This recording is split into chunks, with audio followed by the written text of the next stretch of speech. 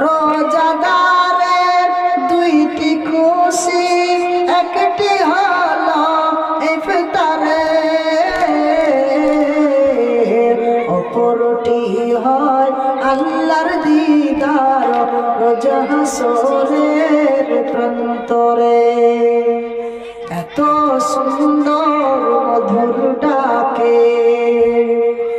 এত সুন্দর মধুর ডাকে, চাচল সাদা লুকিয়ে বসে রোজ হাসরে কাঁদবে সেই দিন, রোজ হাসরে কাঁদবে সেই দিন, পাবে না খো আল্লাহর দা